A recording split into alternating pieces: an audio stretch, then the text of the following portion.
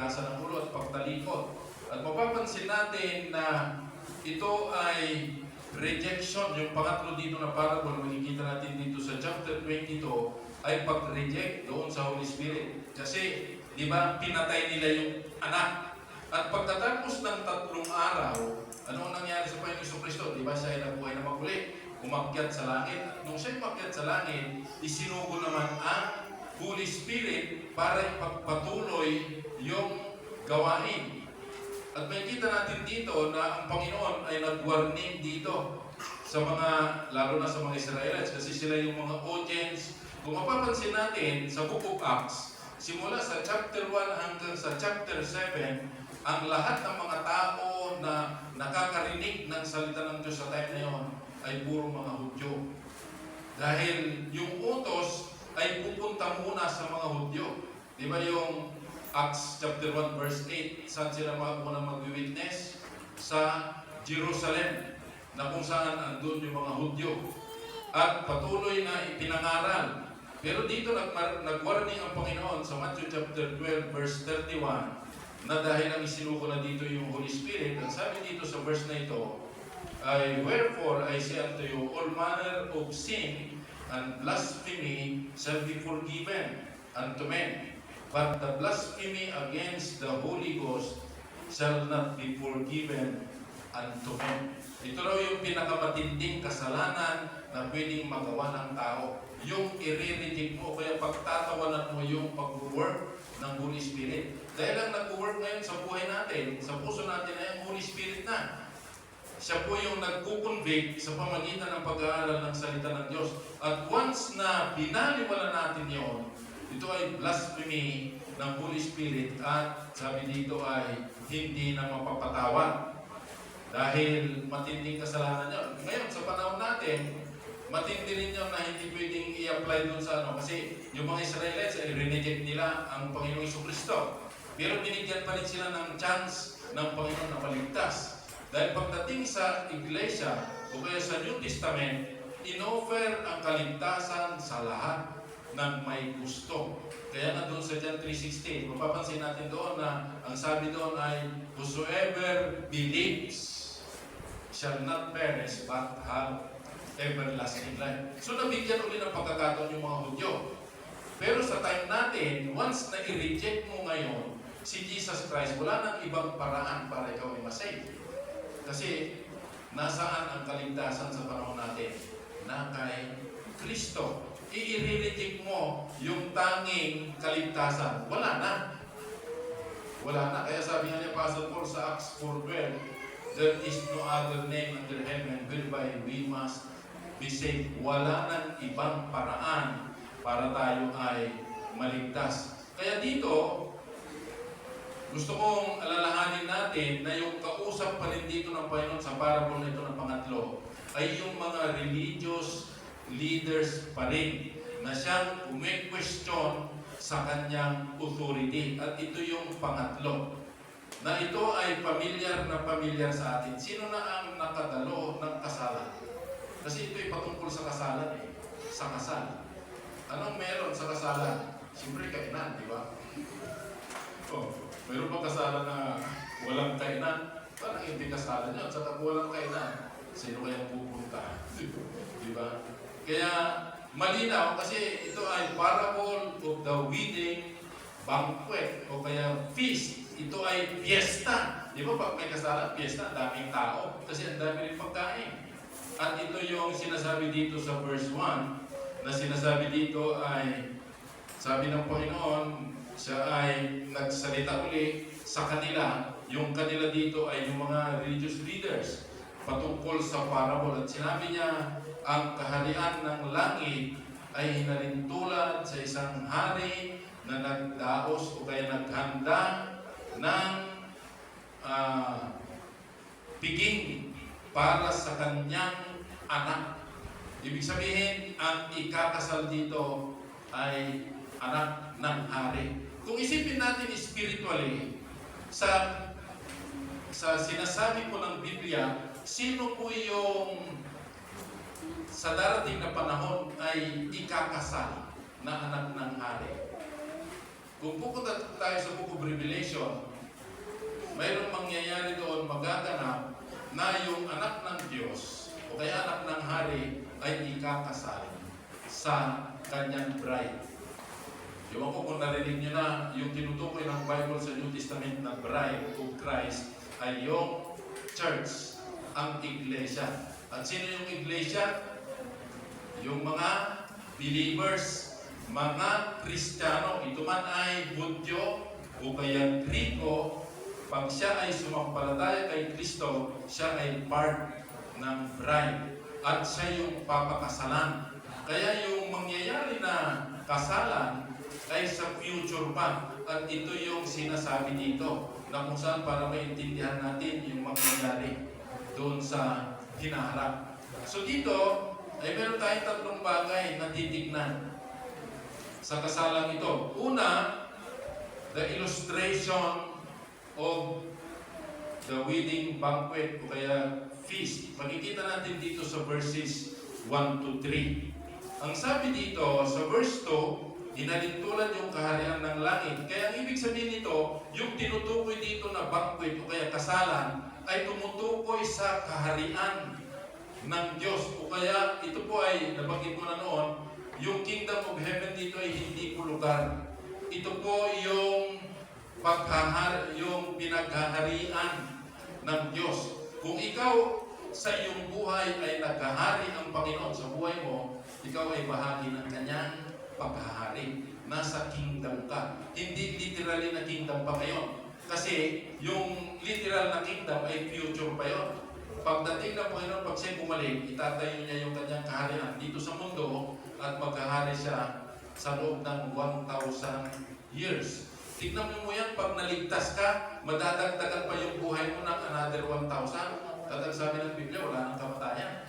Mabubuhay ka na ng walang hanggan doon sa langit. Pero dito sa lupa, mararanasan pa natin mamumuhay dito ng 1,000 years. Tignan mo yun, hindi ka magbabago sa loob ng 1,000 taon. Di ba napakaganda? Kaya dapat kung ayaw mong mawala yung figure mo ngayon, ay magpakamatay ka na. Para pag ikaw ay na-resurrect, ganyan pa rin. Kasi wala tayong alam kung ano mangyayari.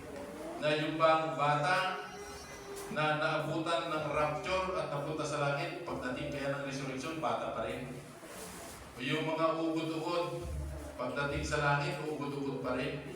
Yun ang hindi po sinabi, silent ang Bible sa kanon. Pero ang sinisigurado ng Biblia, hindi mo pagsisisihan kung ano yung magiging itsura mo. So balik po tayo dito. Yung illustration of the wedding banquet, verses 1 to 3. Pagdating sa verse 3, mapapansin natin dito na binabanggit dito sa verse 2, unang-una yung family. Yung family na nagbigay ng imbitasyon. Sabi dito ay may binabanggit dito na sabi niya, the kingdom of heaven is like unto a certain king which made a marriage for his son. So yung family dito ay binubuo ng ama. At ito po yung hari. At ito ay makikita natin na ito ay naglalarawan sa God the Father. At kung titignan natin, yung affair dito ay tinatawag na royal affair. Sino po sa inyo ang nakaranas ng maimbitahan na dumalo sa kasalan sa palasyo? Halimbawa, dito na lang sa Pilipinas, sino sa atin na nakapasok sa Malacanang? Meron na ba? Wala pa, di ba? Wala pang nakapunta sa Malacanang. Isang napakalaking karangalan na mapunta ka, maimbita ka. Imbitahin ka ni Bongbong Marcos, presidente. Tapos sabi niya, kakain po tayo dito. Halika dito sa Malacanang. Naghanda ako ng maraming pagkain. Napakalaking pribileyo. Pero dito, mas malaking pribileyo ito. Bakit? Hari ito Kaharian. At alam natin na bagamat di pa tayo nakakita ng mga kaharian katulad nito. Siyempre, talagang ibang-iba pag sinabi mong kaharian. Yung mga nakikita natin sa mga films, mga pelikula na mga kaharian na ganyan, di ba ang kaganda yung lugar. Ano yung nakita natin pinakamaganda dito? Yung kingdom of Jesus Christ. Doon sa Davao. Yung kay Kibuloy. Di ba? Ang ganda nung pinaganda dahil yung doon daw bababa ang Panginoon Hesus Kristo, yun daw yung kanyang kaharian. Pero makikita natin dito sa Bible na wala pa sa ngayon. Kaya hindi po yun totoo. Kaya isang napakalaking pribilegyo na maimbitahan ka ng hari sa kasal ng kanyang anak. Pangalawa dito na miyembro ng pamilya ay yung anak na babanggit dito sa verse 2 na kung saan yung ikakasal ay anak ng hari. At ito'y tumutukoy naglalarawan kay Jesus Christ. At makikita natin doon sa pangalawang parable, yung anak ay pinatay. Diba? Pinatay ng mga tenants, yung mga servants. At nakikita natin na ganun din ang nangyari sa ating Panginoon Jesucristo. Siya ay namatay, pero sa ngayon siya na ay buhay. Nandun na siya sa langit. At siya ay nag-expect ng isang bride.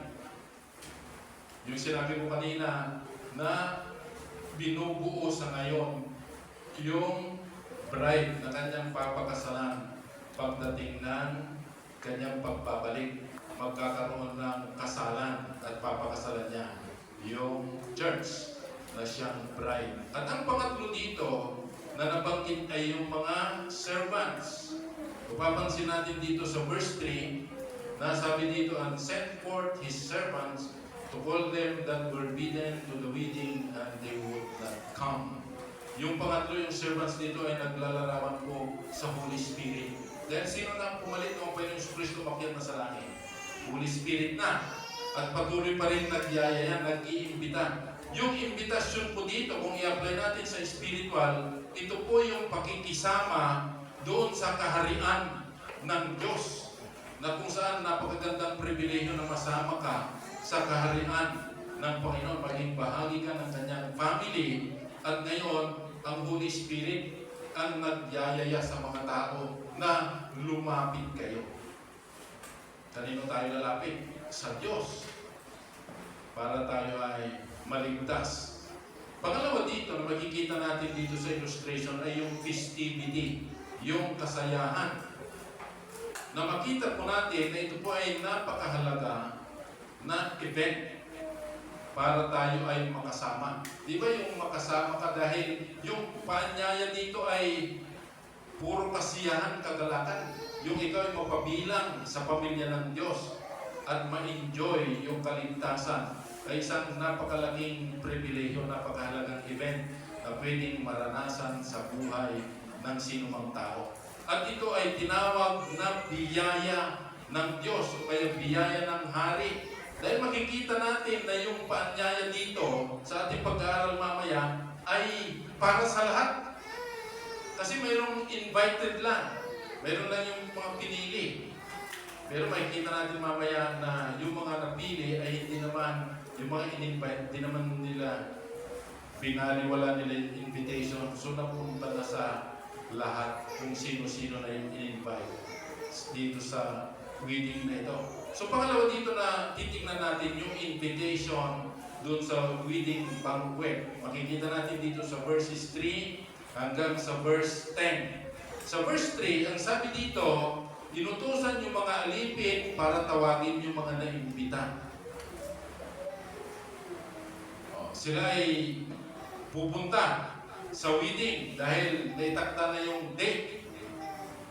Pero ano ang nangyari? Ang sabi dito sa verse 3, ito yung unang invitation. Yung first invitation, ang reaction ng mga kinausap. Dito sigurado may prior na usapan na kayo ay magiging dadalo sa kasal ng aking anak. Yun yung unang usapan at nag-oo itong mga tao. Kaya itong verse 3, finalo up lang kasi matutuloy na yung kasal. Kaso lang, ang sabi ng mga na-invite dito, sabi nila, and they would not come, nireject nila yung invitation. Ang ibig sabihin na umuo sila noon dahil siguro sa nahiya o kaya yung pagpakita ng tao. Di ba? Katulad nito, hinaharap natin ang eleksyon. Pag kinausap mo yung tao, pag nakarabas na niya, ibubuto kita. Pero sa pagdating ng eleksyon, yun ang susulat niya. Parang palabran di honor. Parang ganun yung nangyari dito. Nung in-invite sila, siyempre ang kausap dito yung hari. Siyempre tatangkay ko ba sa hari? Siya na nakaharap. Pag kinausap ka na, halimbawa, ibubuto mo ako nakaharap sa'yo yung kandidato. Yun yung sabihin, ay hindi! Di ba, mahihiya ka?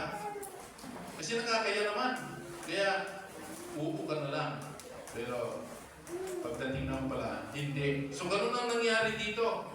Wala silang intention, mayroon silang sariling desisyon sa kanilang isipan na pagdating ng kasal, hindi sila pupunta. So, yung unang invitation, rejected. Pero, makikita natin dito na mayroon uling pangalawang invitation. Verse 4, ang sabi dito, again, he sent forth other servants, saying, tell them which are bidden. Nakuusap uli ito. Pangalawang grupo naman ngayon ang pinuntahan. At sabi dito, mas matindi dito sa verse 4. Bakit? Behold, I have prepared my dinner.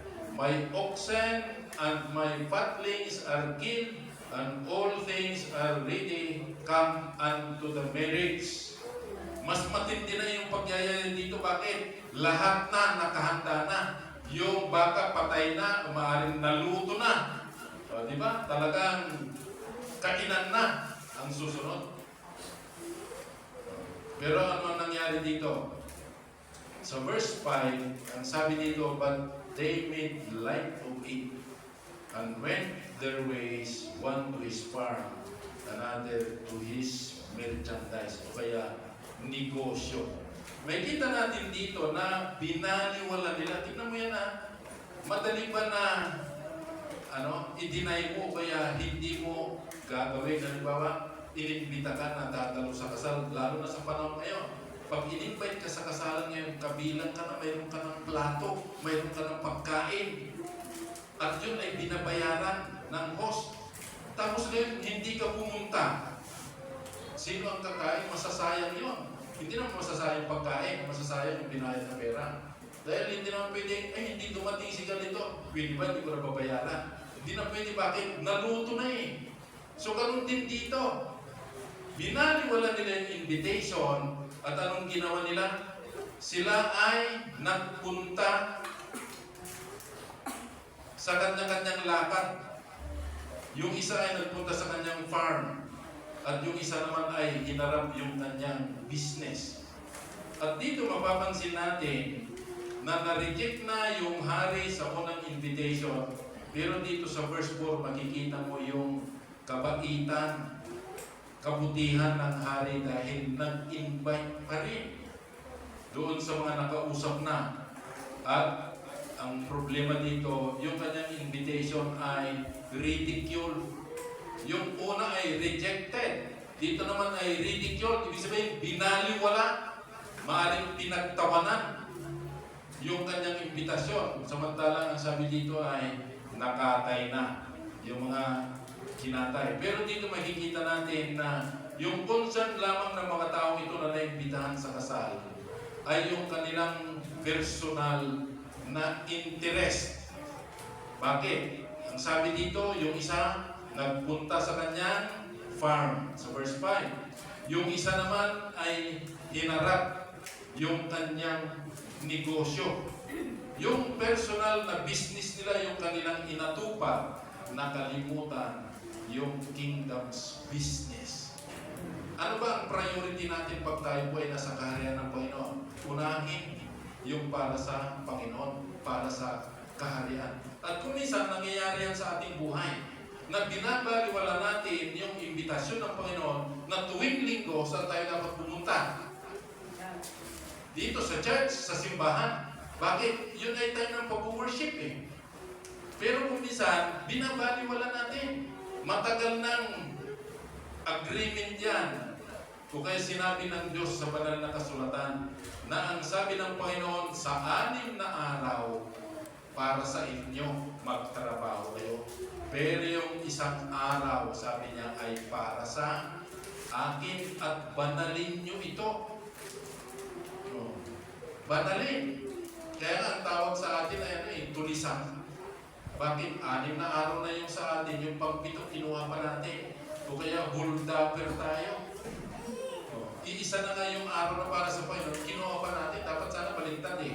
Yung 6 na araw para sa Diyos, yung isang araw para sa atin lang. Pero ang Panginoon mabait eh. Mahabagin. Kaya mas maraming ibinigay sa atin. 6. Tapos yung isa na para sa Kanya, kukunin pa natin. Kaya ang tawag sa atin ay magnanakaw eh. Magnanakaw ng araw, ng panahon. Dahil yung panahon na dapat para sa Diyos ay kinukuha pa natin. Kaya dapat, di ba sabi ng Panginoon nung siya ay inakusahan na hindi nagbibigay o kaya kung sino ba yung ang tanong sa kanya ay kung sino ba yung dapat sundin lalo na pagdating sa pera. May pinakitang pera na ganyan. At kanino yung larawan na nasa pera? Si Cesar. Akala nila ang Diyos ay magkakamali sa kanyang kasagutan. Pero ang sagot ng Panginoon sa kanila, ibigay niyo yung para kay Cesar. At yung para sa Diyos, ibigay niyo rin yung para sa Diyos. So dito ay dapat huwag nating kunin lahat para sa ating sarili. Kundi dapat tayo ay maging masunurin. Gampanan natin yung para sa Panginoon, ibigay natin. Kasi kung tingnan nyo hindi natin nare-realize o kaya hindi nyo iniisip yung buhay natin nakasalalay sa Diyos. Kung tayo pabayaan lang ng Diyos ng isang minuto, patay na tayo. Naalala ba natin yan? Ang buhay natin nakadepende sa Diyos eh. Ang Diyos ang nagsusustain. Dahil may Diyos, buhay tayo. Pero nakakalimutan natin yan. At tayo ay nagmamalaki pa. Dapat may sinabi ang Panginoon para bang ang taas-taas mo na ayaw ng sundin ang Panginoon. So ganun na nangyari dito. Binaliwala nila yung imbitasyon ng hari at sila nagpatuloy sa kanilang mga schedules. At ang sabi dito sa verse 6, and the remnant took his servants and entreated them spitefully and slew them. Ito yung nakaka-insulto. Rineject na nga yung invitation, yung pang mga alipin na pinadala para mag-remind ay sinaktan pa. At ang pinakamatindi dito na sinabi sa verse ito, pinatay pa yung mga alipin. Anong ipinapakita nun? Sila ay nag-aalsa, sila ay rebellious. Rebelde sila, bakit? Yung sinasabi lang naman sa kanila hindi naman masama, di ba? Masama ba na ikaw ay yayain sa isang biging? Pag yayain ka ba sa isang birthday o kaya kasalan, masama ba yun? Di ba privilege yun? Dahil di naman lahat ng tao ini-invite sa kasalan. Dati, noong unang panahon, kahit hindi kayo imbitado, pag may narinig na kasalan, punta. Di ba? Open kasi noon eh. Ngayon, nagtitipid na. Hindi na pwede yung ganon. Kasi ang mamahal na ngayon ng bilihin. Noon, marami pang libre. Kaya, naranasan. Pero ngayon, wala. Bilang na yung a-attend. Kasi doon lang ibabudget yung pagkain. So dito, ganun na nangyari, pinatay, sinaktan yung mga alipin. Sa palagay nyo, anong gagawin ng hari doon sa attitude? Samantalang yung mga yun imbitado, kinausap. Verse 7, but when the king heard thereof, he was wroth, and he sent forth his armies and destroyed those murderers and buried up their and burned up their city. Kung i-apply po natin sa Israel o kaya sa mga unang Kristiyano, sa mga Israelites, nung sila ay hindi sumusunod sa sinasabi ng Panginoon, dumating na yung Jerusalem ay nawasak nung panahon ni Emperor Nero. Kung titingnan po natin nung panahon ng mga hari, nawasak na ang Israel, ang Jerusalem noon sa panahon ni Nebuchadnezzar. Nung kinuha lahat ng mga Hudyo at dinala sa Babylon at tinalipin sila sa loob ng 70 years. Na kung saan makikita natin na yung mga binatilyo ng mga Hudyo na naturuan sa salita ng Diyos, katulad nila Daniel, yung kanyang 3 kaibigan, napunta sila doon. Dahil yun sa katigasan ng ulo ng mga Israelites.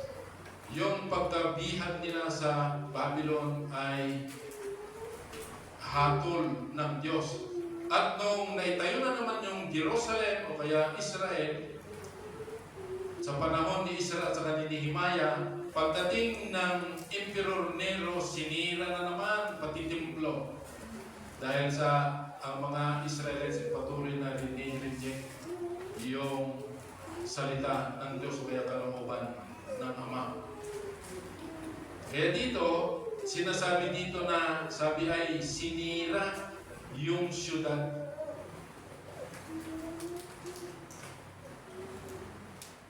At pati yung mga pumatay sa mga alipin. Kaya yun po yung spiritual application po dito na nangyari yung mga kwento dito. Dahil yung parable dito ay ginamit para maintindihan natin yung nais ituro ng Diyos na mga spiritual na mga katotohanan. Kaya patuloy natin. Yung pangatlo, ito yung pangatlong imbitasyon. Kaya tignan mo sa kabila na yung una na reject, yung pangalawa na ridicule, pinagtawanan, binaliwala, mayroon pa rin pangatlong imbitasyon, verses 8 to 10. Then said he to his servants, the wedding is ready, but they which were bidden were not worthy. Yung mga inimbitahan hindi pumunta, yung mga kinausap. Sabi dito sa verse 9, go ye therefore into the highways, and as many as ye shall find, bid to the marriage. Yung third invitation dito, kakaiba yung response. Bakit yung una, nireject? Yung pangatlo ay niridicule. Pero yung pangalawa, yung pangatlo ay tinanggap. The third invitation was received. Makikita natin dito kung saan na nag-invite. Di ba nakakaya? Kasalan tapos yung mga kinausap hindi dumalo. So ngayon pupunta na. Parang yung katulad din sa mga nauna na mga parables na yung sa pangalawa ay nung una meron siya kinausap ng mga alipin o magtrabaho kayo sa aking basan. E nung pagkatapos ng ilang oras, meron na ulit nakita o kayo walang kukuha sa inyo ng magtrabaho, punta kayo sa aking basan. Hanggang sa hapon, na isang oras na lang ang natitira, mayroon pa rin nakita na nakatambay. Sabi niya, punta kayo sa ubasan. Dito, parang halos ganoon na nangyari. Dahil dinaliwala yung invitation, kaya dito sabi niya, pumunta na kayo sa lansangan. At kung sinong makita niyo yung tao doon, yayain niyo. Bakit? Handa na eh. Nakahanda na yung lamisa, yung kainan. Kaya go ye therefore into the highways. Kaya makita natin yung kabutihan ng Diyos na yung salvation ay inoffer sa lahat ng tao. Kaya nga, wala tayong pinipili. Basta yung tao gusto makinig, sinishare po natin yung gospel. Bakit? Ito po yung offer eh. Kaya makita natin dito na nagpunta sila sa mga highways. At dito, sinabi dito, yung invitation ay urgent. Bakit? Yung makita nyo ay yayain nyo na pupunta sa kasalan. Kasi handa na eh. Yayain nyo. Yun ang sinabi dito. At makikita natin dito na yung mga tao na nagpuntahan dahil lahat na lang nakita. Anong sabi sa verse 10? So, those servants went out into the highways and gathered together all as many as they found. Anong klase mga tao yung naimbitahan? Ang sabi dito, mayroong mabuti, mayroong masama. And the wedding was furnished with guests. So napuno. Bakit? Lahat na inandayahan na eh. Doon sa isang parable din na patungkol din sa kasalan, lahat naman doon inandayahan, yung mga pilay, yung mga pipi, pingi, namamalimos, inandayahan din. Pero dito walang nabanggit. Inandayahan lahat na nakita. at pumunta roon. Maaaring ganun din kasi good and bad yung pumunta sa kasalan. At dito, ang yung kanilang yung uso sa kanila noon, pag mayroong kasal, ipinoprovide ng host yung damit ng mga tao na aaten. Kaya mapapansin nyo dito sa verse 10 na lahat na ng nayaya na pumunta roon ay binigyan ng isusuot, ipinoprovide. At hindi lang basta kasuotan yan. Bakit? Eh yung may okasyon hari.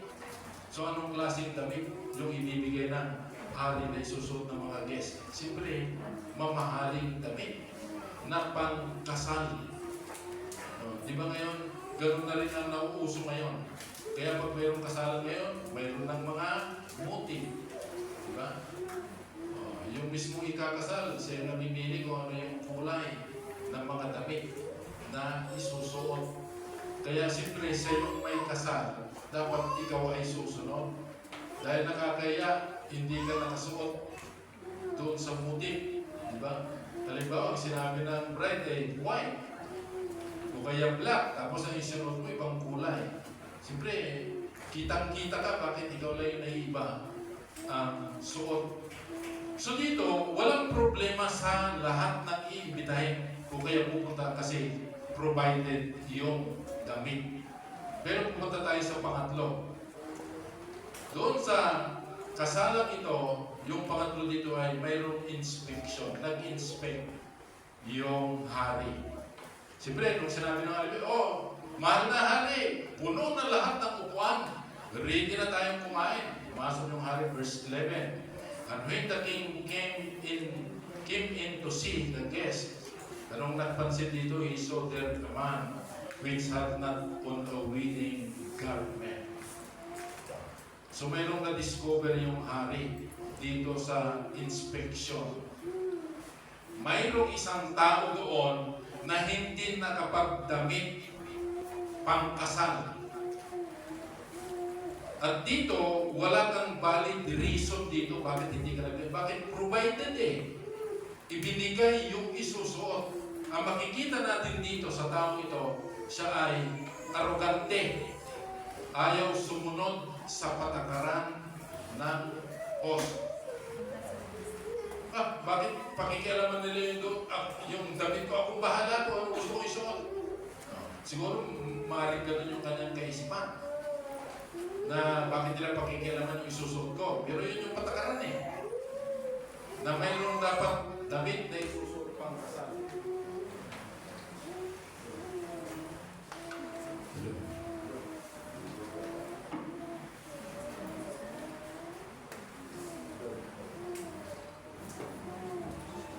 Ang nalubat. Okay, tuloy natin. Kaya napansin ng hari, sabi niya, mayroong isang tao na hindi nakasuot pang kasal. Verse 12, and he said unto him, kinausap ng hari yung lalaking yon, yung tao, friend, sabi niya, how camest thou in hither, not having a wedding garment?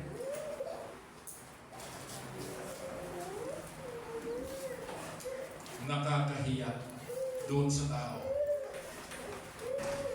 Bakit?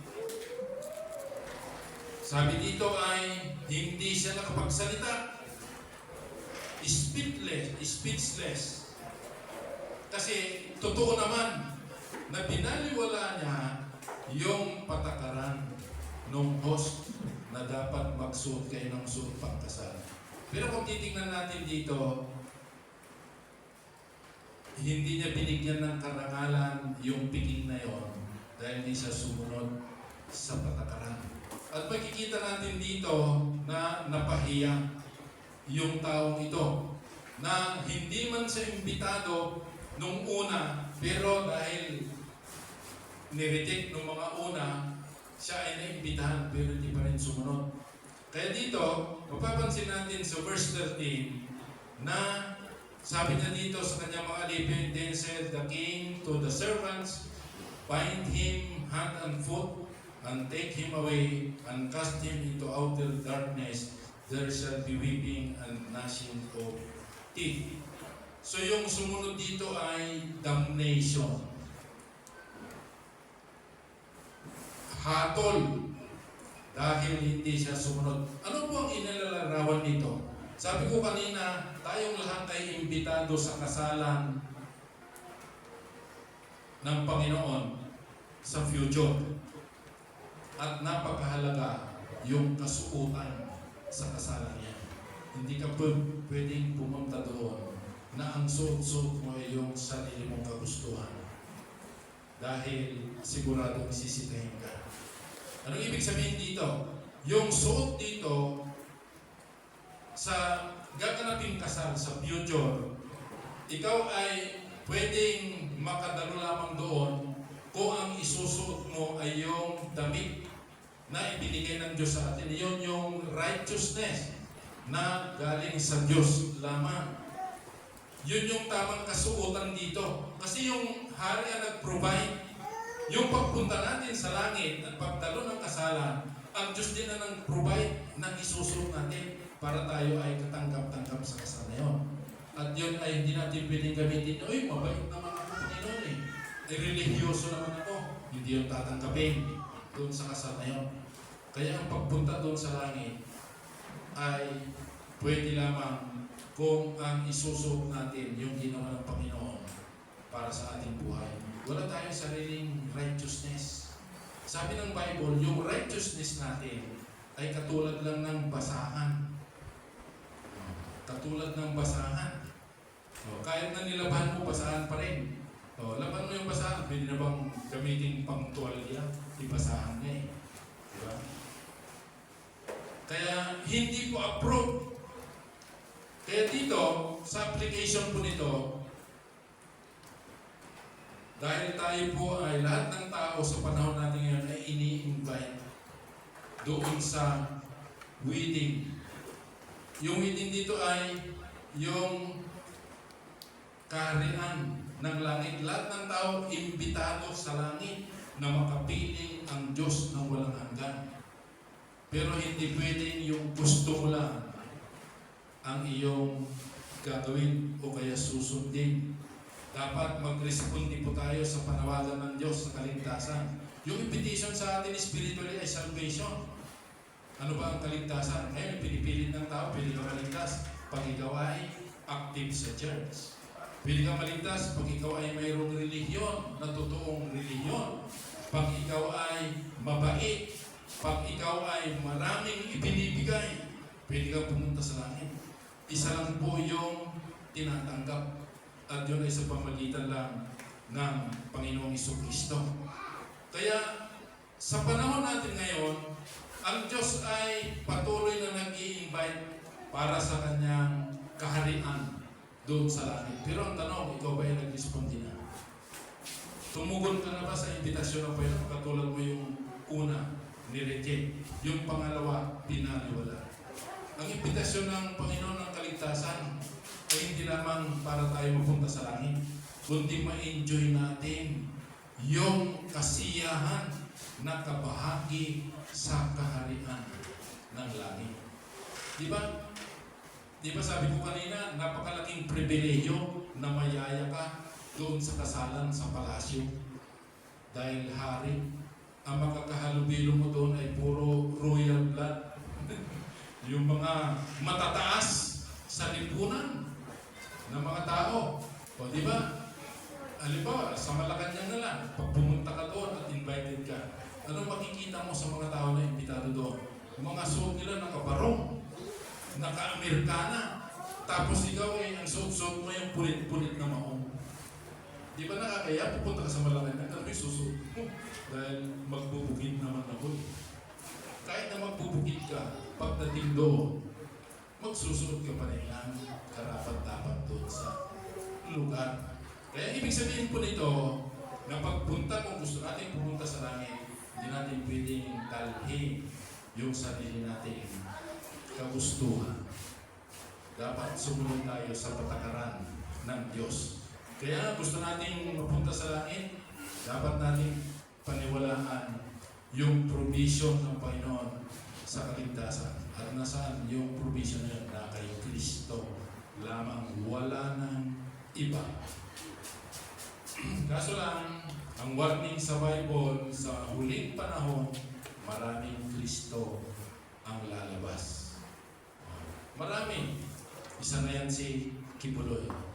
So, di ba nakakalungkot na yung mga naniwala, nagpapirma ng certificate para daw makapasok sa langit? Ang tanong, si Kibuloy din kayo makapasok sa langit? O baka doon lang siya sa kingdom niya? Yung kingdom niya nasa Davao. E kaso lang, paano pa kaya siya makabalik sa kanyang kingdom? Nasaan na siya ngayon? Nasa kulungan. Hindi na iba na yung kingdom niya, kulungan na. Hindi na doon sa Davao. Kaya nga, makikita natin yung napaka-deceptive yung mga tao sa ngayon. Kung sinusubaybayan niyo yung hearing, yung pag-iimbestiga sa kanya, andyan na, namutaran na ang mga witnesses. Yung mga tao na kanyang minulis siya, pero tinatanggi pa rin. Sino naman gagawa sa kanila noon? Malinaw naman na sila ay tumira doon sa kanyang kaharian. Kaya makikita natin na yung kaharian niya sa kaharian ng Diyos, napakalayo. Dahil dito ay pawang kasiyahan, pawang kabutihan, pawang katwiran. May enjoy mo talaga yung buhay. Hindi katulad noon, nung tumagal na yung mga tao doon, ay nagsisisi na napasok. Kasi hindi na sila makalabas.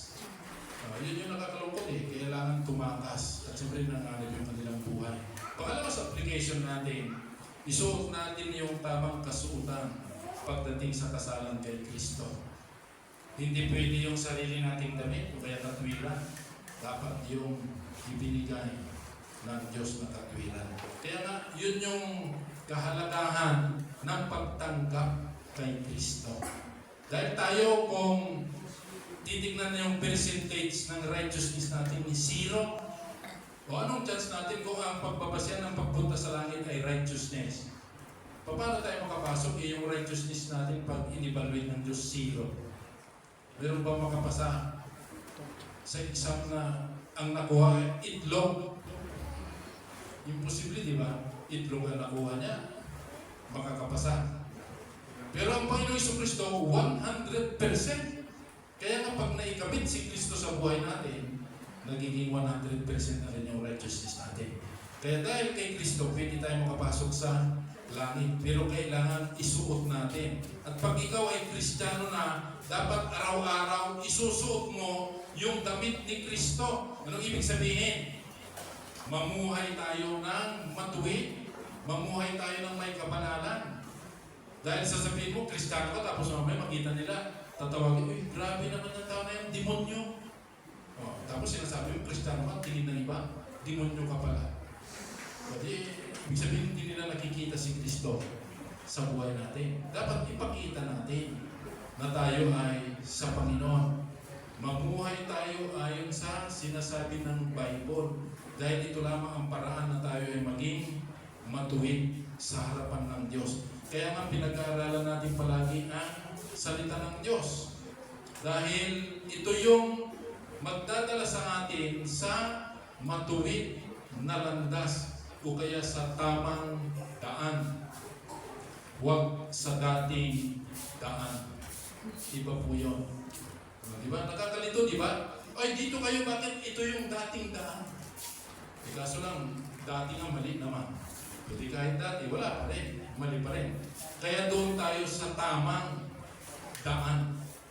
Dahil iisa lang yung tamang daan papunta sa langit. Malinaw, John chapter 14, verse 6. Ang Panginoon mismo ang nagsabi, I am the way to heaven, the truth, and the life. Mapapansin natin doon, sabi niya, no man cometh unto the Father but by me, sabi ng Panginoon. Walang makakapunta sa langit maliban sa akin, sa pamagitan ko, sabi ng Panginoon. Kaya napakahalaga. Kaya dito ay paghanda natin yung mga paghatol.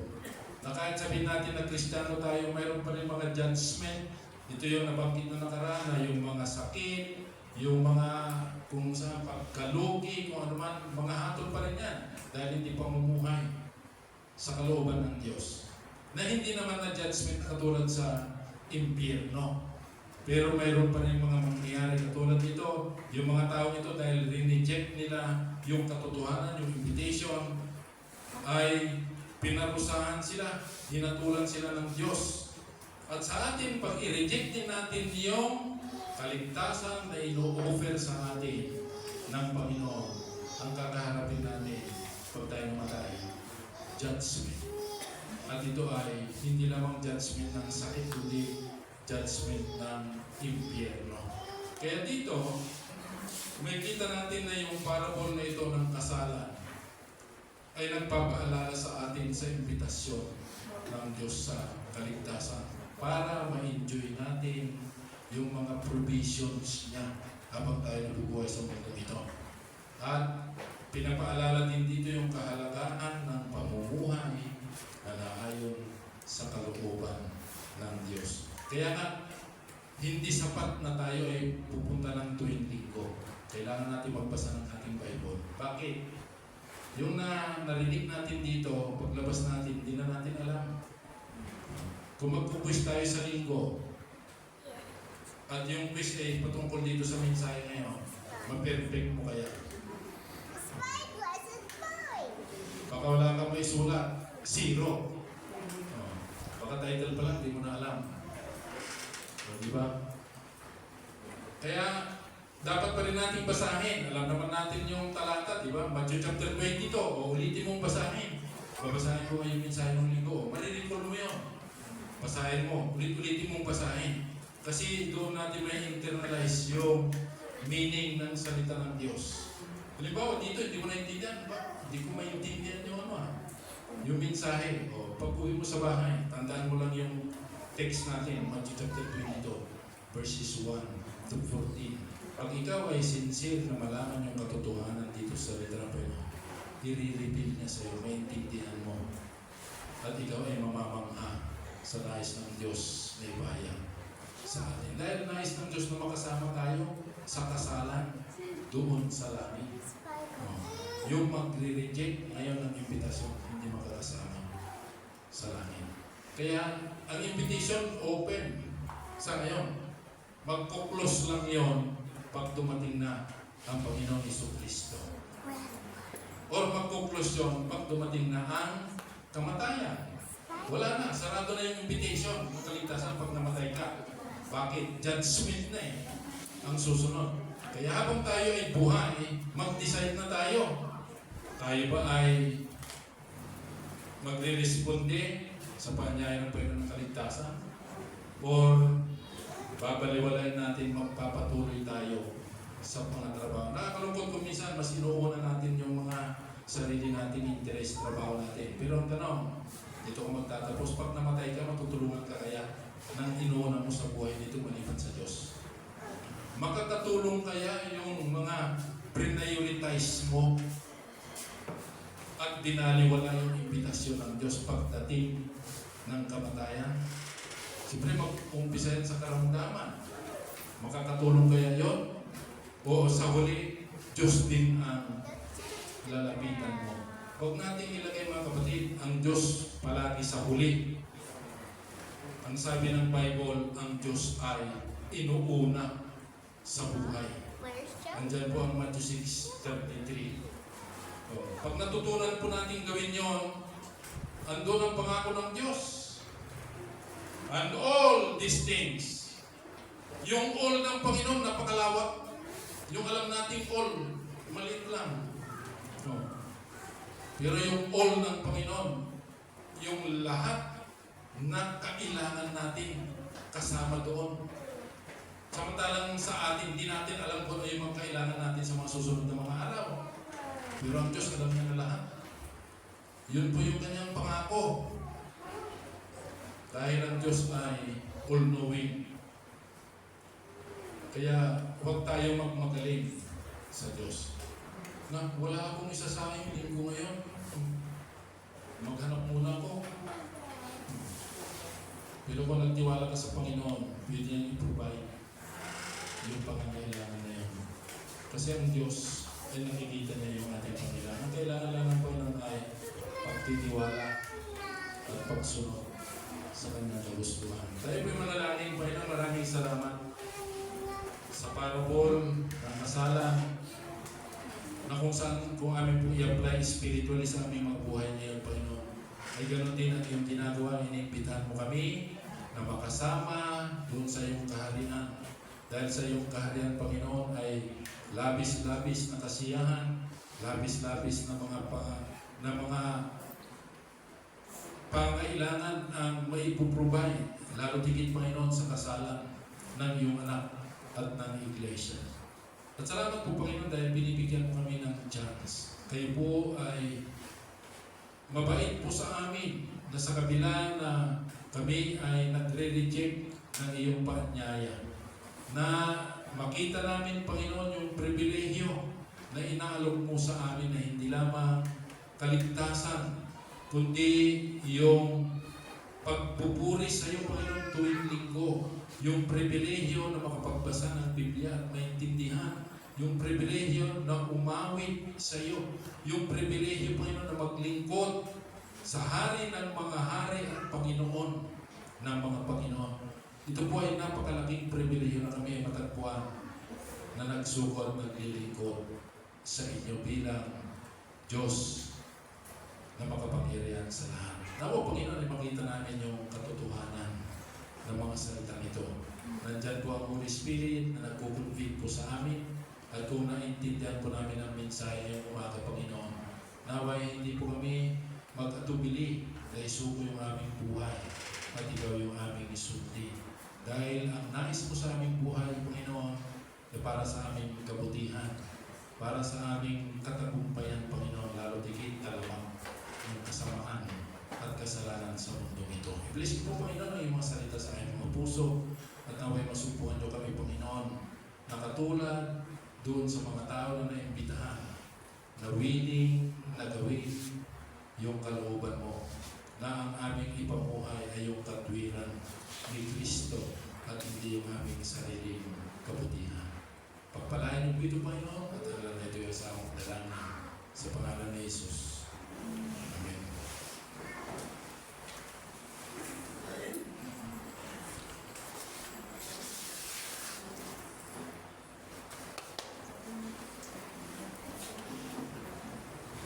Purihin po ang Panginoon sa napakagandang mensahe.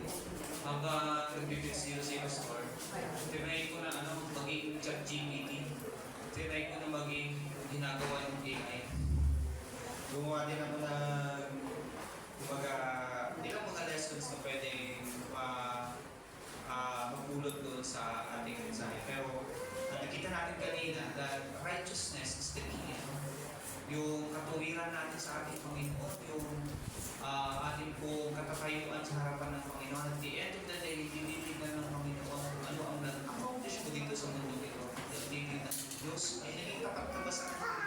Yan po yung magiging tanong sa atin. So, ang desire ng Diyos ay para sa lahat na makapasok sa kaharian ng langit, mga kapatid. Pero, sila lang na nadamitan ng bagong likha kay Kristo.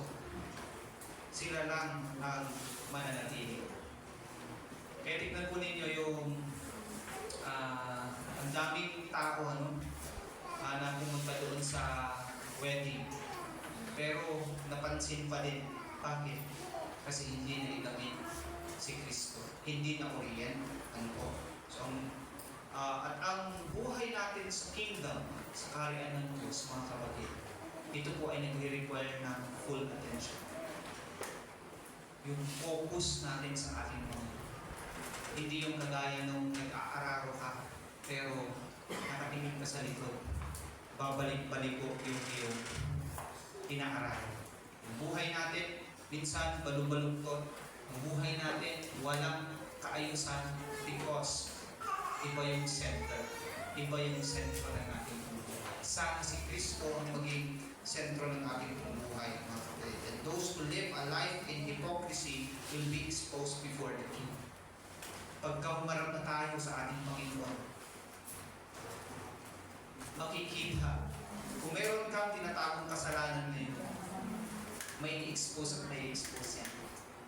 pagdating ng ating Panginoon. Makikita. So, those who live a life of hypocrisy, mga kapatid, totoo ka bang Christian? Totoo ka bang naglilingkod sa Panginoon? And of course, kailangan natin ng confession ng ating pananampalataya every day sa ating buhay sa pamamagitan ng mga ginagawa po natin. Mapansin po natin na nung tinanong, bakit iba yung damit mo? Sabi niya dun sa isang guest, iba yung damit mo. Hindi na uri yan, mga kapatid, no? Hindi, posibleng ni-reject niya kasi nung una, okay, pero pumunta pa rin siya, at hindi niya alam kung ano yung damit. Speechless siya. Pansin niyo? Wala siyang masabi. Mga kapatid, pagka humarap tayo sa Panginoon, tinanong tayo, bakit kita papapasukin dito sa ating kaharian? Ganito din tayo, mga kapatid. Let's secure our life in the kingdom of God sa pamamagitan ng ating Panginoon. Remain faithful sa ating Panginoon. So as we continue sa ating pong gawain sa umaga ito, tawagin na po natin ang ating pong magbibigay ng tanging bilang para po sa ating pong tithes and offering. Let's give our tithes and offering. Kagaya ng sinabi po natin, ito po ay of course commanded sa scripture. Argument from silence po yan. Sa New Testament na wala namang sinabi na huwag ka nang mag-tithes. So in other words, we have to give our tithes and offering to the Lord.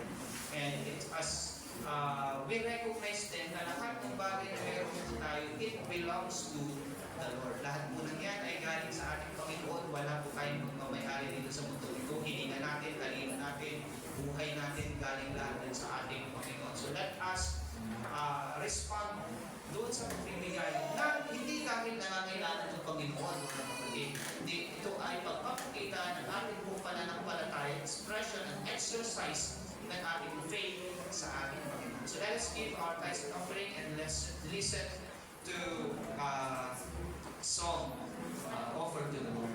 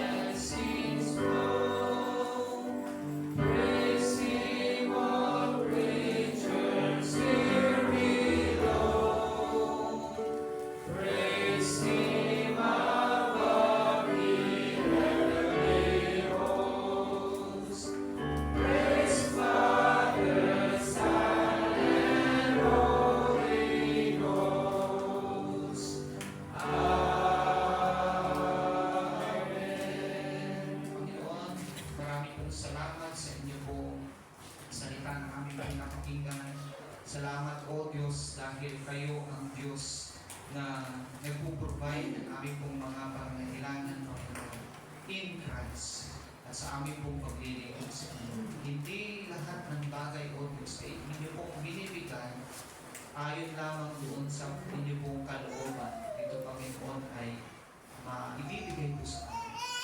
Kaya maraming pong salamat, Panginoon, dahil ang mga tithes and offering na aming pong naibigay sa oras na ito ay patunay ng inyong pong katapatan sa aming pong buhay. Patunay na ang inyong pong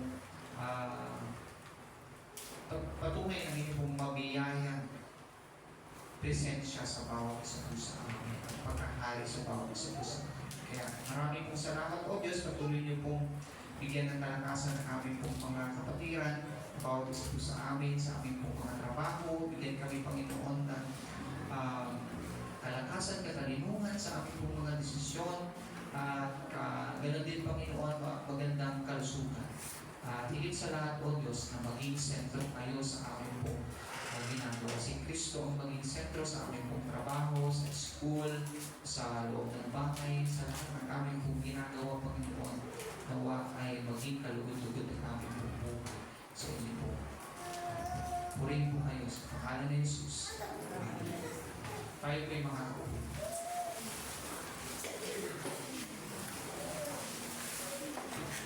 Ngayon po ay dadako tayo sa mga mahalagang announcement. Pero una sa lahat ay salamat sa Panginoon. Pinaunlakan niyo yung kanyang paanyaya ngayon. At dito po tayo sa kanyang tahanan. At unahin po natin na i-greet o kaya i-welcome, i-recognize yung mga bisita po natin na Balik Church. Kung bakit Balik Church ay nakapunta na sila dito. So dito ay si Lynn Vidal. Yun. Salamat sa Panginoon at kasama natin ulit. Sunod po ay mga anak, ako ni Sister Mary T. Si Mary Ann at si Marilena. Saka saan po kayo galing? Sa Maynila. Sa Kainta. Salamat po at nakasama namin po kayo sa umagang ito. Ganon din po sa second timer, si Mark Ryan. Saan si Mark Ryan? Nawala. Pagkabata. At ganoon din yung mga bisita nung nakaraan na bumalik ulit. Yung apo ni Nanay Wirling. Saan na? Punta yata sa labas. Andiyan lang kanina. Ang laki-laki. Pero biglang nawala. At saka yung mga tatlong dalaginding. Saan na yun? Tayo. Sinika. Nakalimutan ko yung mga pangalan. Bubisita yung isa. Kasama ko yung Sunday. Salamat at bumalik kayo ulit. At dapat babalik kayo ulit sa Sunday dahil sa Sunday yung ating pong naudlot na church anniversary dahil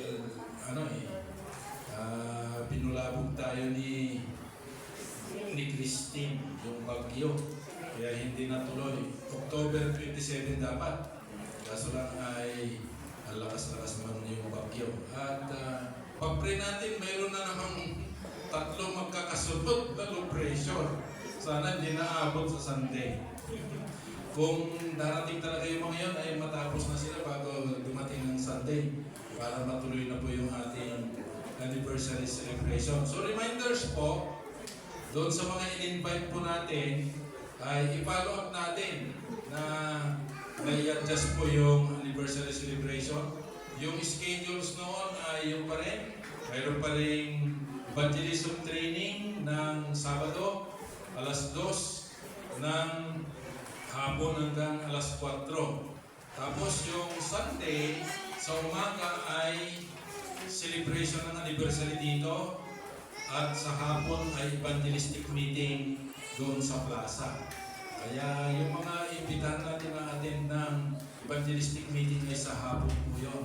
Alas 2 din hanggang matapos. Kaya paalala din po sa mga mag-i-special numbers na practicein nyo na po yung mga kakantahin nyo. Kasi iba yung mga kakanta dito sa loob, iba rin yung kakanta doon sa plaza para sa ating evangelistic meeting. Kaya pinapaalala ko lang po sa linggo yung mga early bird Yung mga maaga lang po na makarating dito ang may pribilehiyo na magkape. Pag kayo dumating dito at nag-start na po, sarado na po yung kapihan. Kaya yung kapihan po hanggang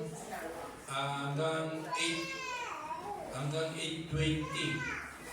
Yun po yung kapihan. Pag dumating kayo lagpas noon, wala na, sarado na kasi mag-start na po tayo. Kaya sana po malinaw, huwag na kayo maghanap ng kape, pag nag-start na po tayo. Saka na lang pagkatapos na ng ating gawain ng umaga. So ilang mahalagang announcement pa po ay meron din practice ng choir pagkatapos po nito. At iwan po kung mayroong fellowship ang mga young people mamaya. Dahil mamayang hapon, ito po ay paanyaya sa lahat ng adults. Dito po gaganapin sa atin ang Joint Adults Fellowship.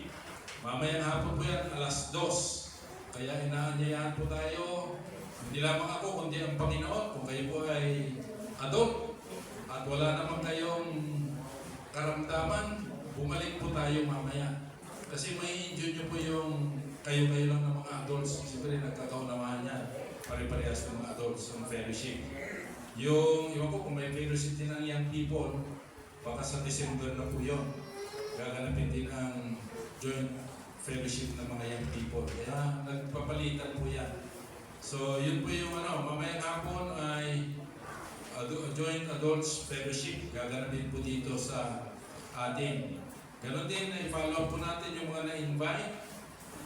At yung sa Sabado, ay mayroon po tayong medyo maraming trabaho dahil anniversary nga. Sa Sabado ng umaga, yung mga kalalakihan, laymen at saka mga young people, ay maghahakot ng mga upuan. Kasi kukulangin tayo ngayon pa lang ipuno na tayo. Kung mayroon pa tayong bisita na attend. So hindi na kasya. At saka yung gagamitin doon sa plaza. Kaya Sabado ng umaga magkahapon dahil sa hapon ay yung training. Evangelism training. Gaganapin po dito sa chapel din. Tapos mayroon po tayong general cleaning. Ito pa ay gaganapin sa Wednesday. Simula po ng umaga. Para makatin na rin kayo ng prayer meeting. Ang prayer meeting natin ay alas 5 hanggang 6:30 ng hapon. So mayroon po tayong general cleaning. Marami pong gagawin po nito.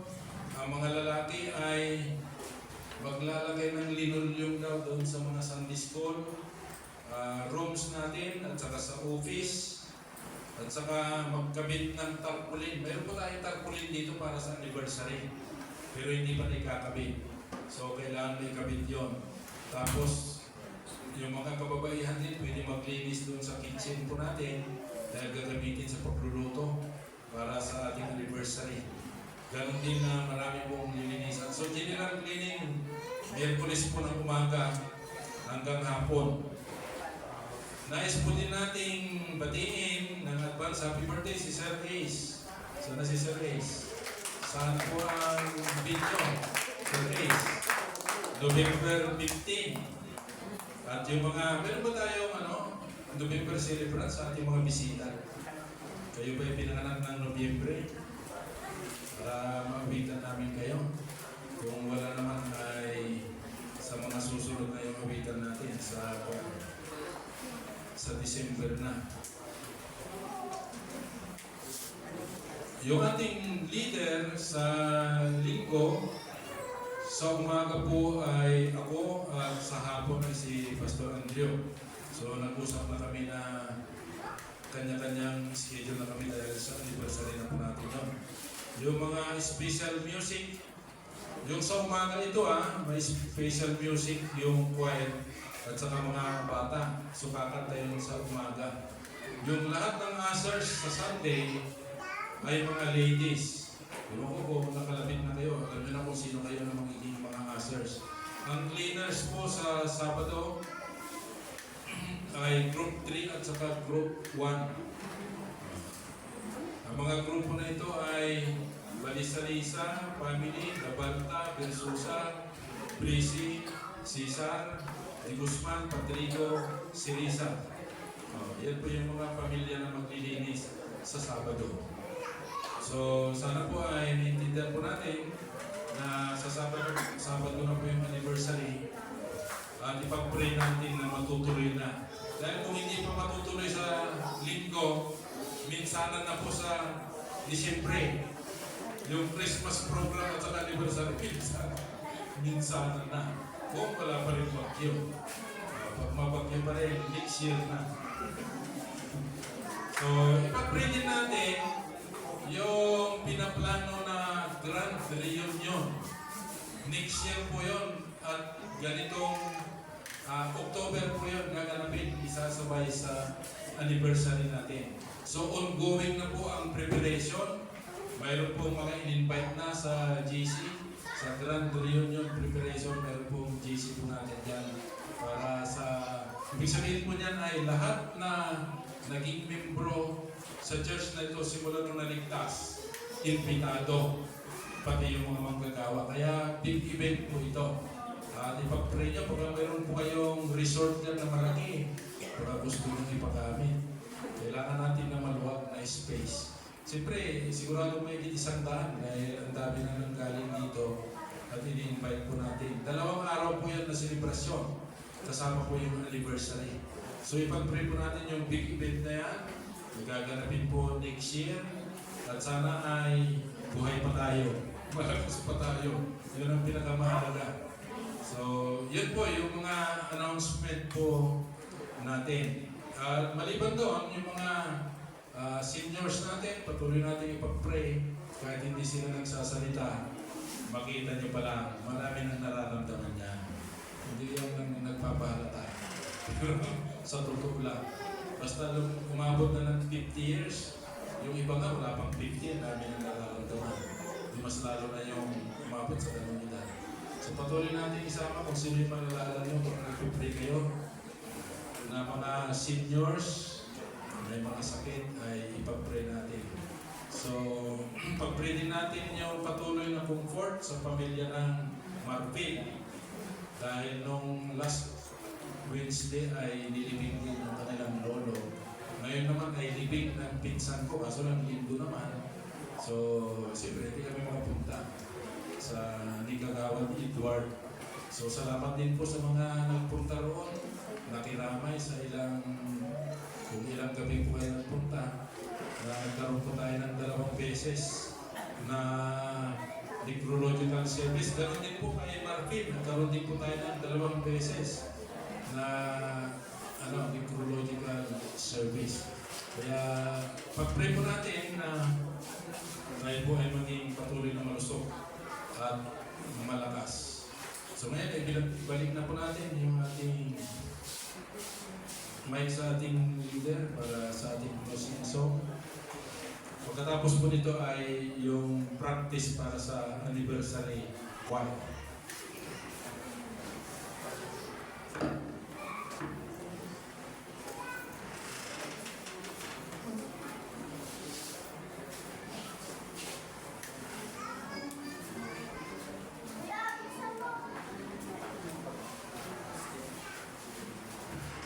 Tayo po ay tumay lahat at awitin po natin ang still.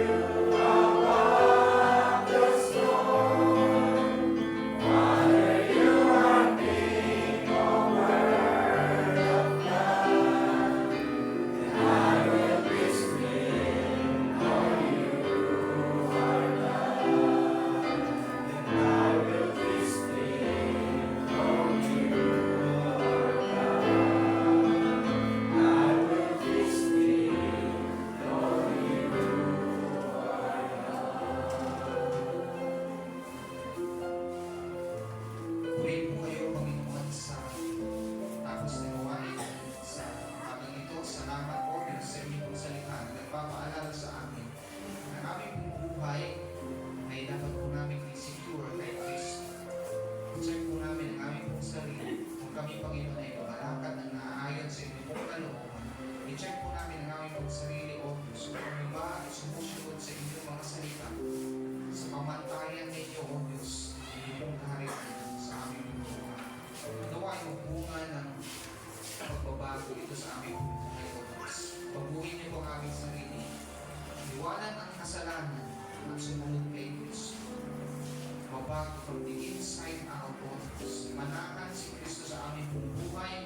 Huwag hari kayo, Panginoon, sa aming buhay at makita ang aming kaluwalhatian sa aming buhay. O Diyos, kami ay mga maruruming pasahod sa inyong harapan. Pero salamat, Panginoon, kay Kristo na nabayubay sa cross ng Kalbaryo. Ay binigay ang kanyang buhay para kami, Panginoon, ay magkaroon ng buhay. Namatay para kami ay magkaroon ng buhay. Salamat, Panginoon, sa inyong pagmamahal sa buhay ng bawat isa sa amin. Na hindi man kami karapat-dapat, pero inyo po kami pinabot. Inyo kami, O Diyos, binigyan ng awa. Kinaawaan niyo kami, Panginoon. Kaya maraming pong salamat sa katuwiran kay Kristo, sa kaligtasan kay Kristo, sa pagpapala kay Kristo, Panginoon.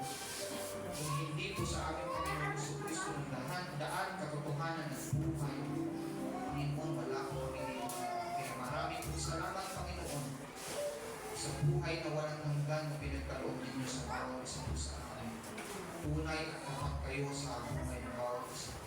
Nawa ay ang inyo pong pangalan patuloy na amin pong daladala. Pag alis po namin dito sa lugar na namin po pag-worship sa inyo. Sa amin pong trabaho, sa lahat na aming pong ginagawa, sa bahay man, sa school man, saan man kami naroon o Diyos, nawa ay maging liwanag kami, maging isin kami. Hindi dahil kami ay nananalig lang sa inyo, Panginoon, kundi Panginoon, kami ay belong sa kingdom ninyo. Kami, Panginoon, ay may buhay na walang hanggan kay Kristo at nawa ay makita ito sa buhay ng bawat sa puso. Purihin niyo.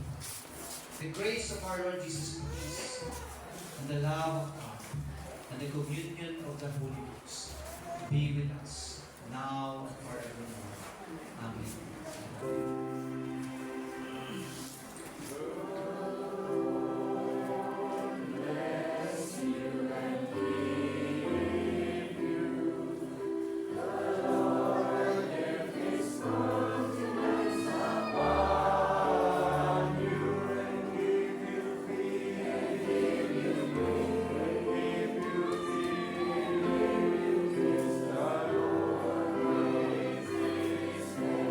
Shine up.